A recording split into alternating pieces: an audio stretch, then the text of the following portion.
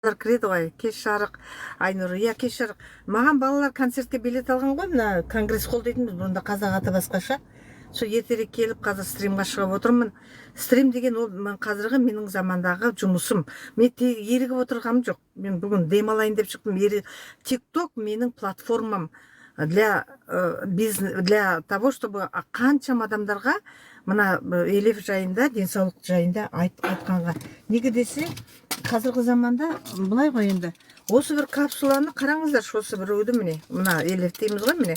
Бұл таңғы асымды ішіп, адамдар таңғы ас деп айтады ғой, бұл бір күніне суточный норма осы. Ал енді мынаны мен сізге айтайын, мен даже кешке ішіп алам. Неге? Мен күні бойы за рулем жүрдім, анда бардым, мында бардым. Ол жүрген сайын энергия. Мына машинаның жүре берген сайын бензин таусылады ғой. Соның кейін мен айтамын, мен бензинім таусылып қалды. Сол бензинімді іше қойын деп, міне қазір концертке барам. Жақсы отырған үшін концертке ойнап